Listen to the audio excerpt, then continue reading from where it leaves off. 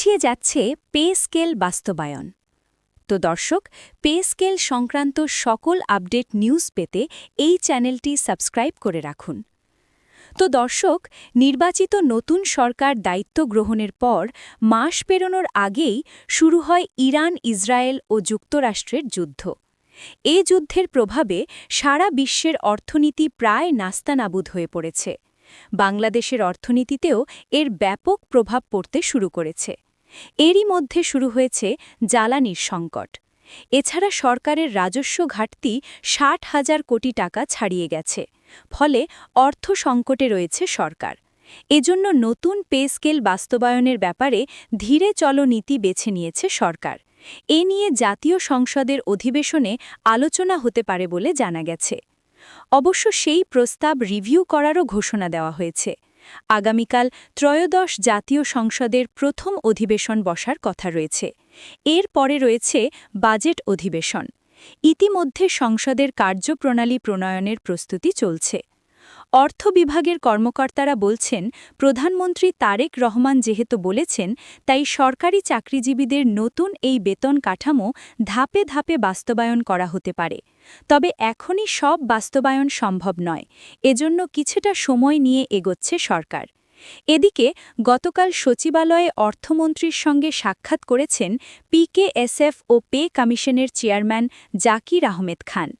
যদিও শিডিউলে দেওয়া তথ্য বলছে তিনি অর্থমন্ত্রীর সঙ্গে সাক্ষাৎ করেছেন পিকেএসএফের চেয়ারম্যান হিসেবে, তবে বৈঠকে পে কমিশনের প্রতিবেদন ও সুপারিশ বিষয়েও আলোচনা হয়েছে। অর্থ বিভাগ সূত্রে এ তথ্য জানা গেছে। এদিকে নতুন অর্থমন্ত্রী আমির খসরু মাহমুদ চৌধুরী ১৮ ফেব্রুয়ারি গণমাধ্যমকে বলেছেন, পে স্কেলের সুপারিশ আমাদের দেখতে হবে, না দেখে এ বিষয়ে কিছু বলতে পারব না। তিনি বলেন, আমাদের দেখতে হবে মোট অ্যামাউন্ট কত, এটা কতটুকু বাস্তবায়ন করা সম্ভব সেগুলো দেখতে হবে। বর্তমান আর্থিক অবস্থায় যেখানে বাংলাদেশের tax revenue, tax GDP ratio সবচেয়ে খারাপ, এমনকি দক্ষিণ এশিয়াতে সবচেয়ে খারাপ, এসব দেখে আমাদের সিদ্ধান্ত নিতে হবে কতটুকু, কখন, কিভাবে বাস্তবায়ন করা যায়। সেটা আমরা পরীক্ষা নিরীক্ষা করে দেখব। সূত্র জানান, আসছে নতুন অর্থবছর ২০২৬-২৭-এ প্রস্তাবিত নবম পে স্কেল বাস্তবায়নের কথা বললেও বাস্তবে সেটা কতখানি সম্ভব হবে তা এখনই বলা যাচ্ছে না, কেননা সরকারের মধ্যে অর্থ সংকট আরও বেড়েছে।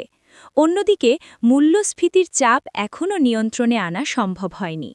এর সঙ্গে যুক্ত হয়েছে মধ্যপ্রাচ্য সংকট, যার নেতিবাচক প্রভাব পড়েছে দেশের সামগ্রিক অর্থনীতিতে।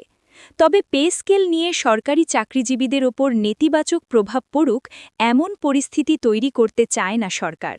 ইতোমধ্যে প্রস্তাবিত পে স্কেল রিভিউও করার ঘোষণা দেওয়া হয়েছে। অর্থ বিভাগ সূত্র জানান, মধ্যপ্রাচ্য যুদ্ধের কারণে দেশে আর্থিক সংকট আরও বেড়েছে। এ যুদ্ধ কতটা দীর্ঘায়িত হবে তা এখনই বলা যাচ্ছে না। যুদ্ধ যতটা দীর্ঘায়িত হবে, সংকট ততই বাড়বে। এমনিতেই অর্থবছরের মাঝামাঝি পর্যন্ত রাজস্ব ঘাটতি দাঁড়িয়েছে ৬০,০০০ কোটি টাকার ওপরে। জানা গেছে, রাজনৈতিক, আর্থিক ও সামাজিক সংকট আমলে নিয়ে সরকারি কর্মচারীদের নতুন বেতন কাঠামোর জন্য একটি কমিশন গঠন করে অন্তর্বর্তী সরকার। কিন্তু আর্থিক সংকট বিবেচনায় নিয়ে নির্বাচনের আগে তা বাস্তবায়ন করে যেতে পারেনি ড. ইউনূস সরকার।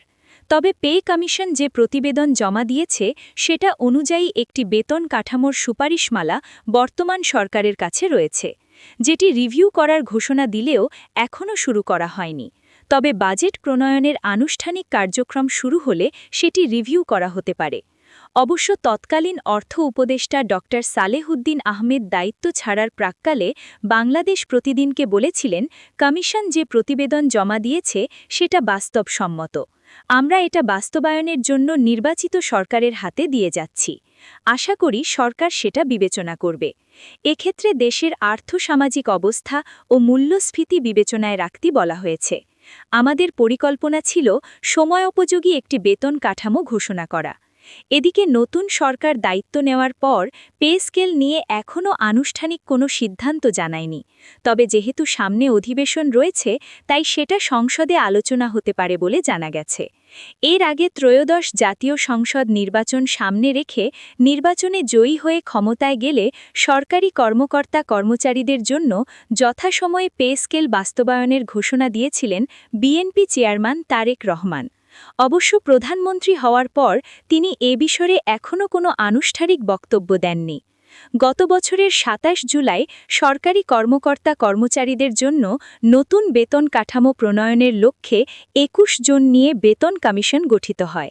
সাবেক অর্থ সচিব ও পল্লী কর্মসহায়ক ফাউন্ডেশনের চেয়ারম্যান জাকির আহমেদ খানকে কমিশনের প্রধান করা হয়। কমিশনকে ৬ মাসের মধ্যে প্রতিবেদন জমা দিতে বলা হয়। এই বছরের ২১ জানুয়ারি কমিশন তাদের সুপারিশ জমা দেয়। তো দর্শক, পে স্কেল সংক্রান্ত সকল আপডেট নিউজ পেতে এই চ্যানেলটি সাবস্ক্রাইব করে রাখুন।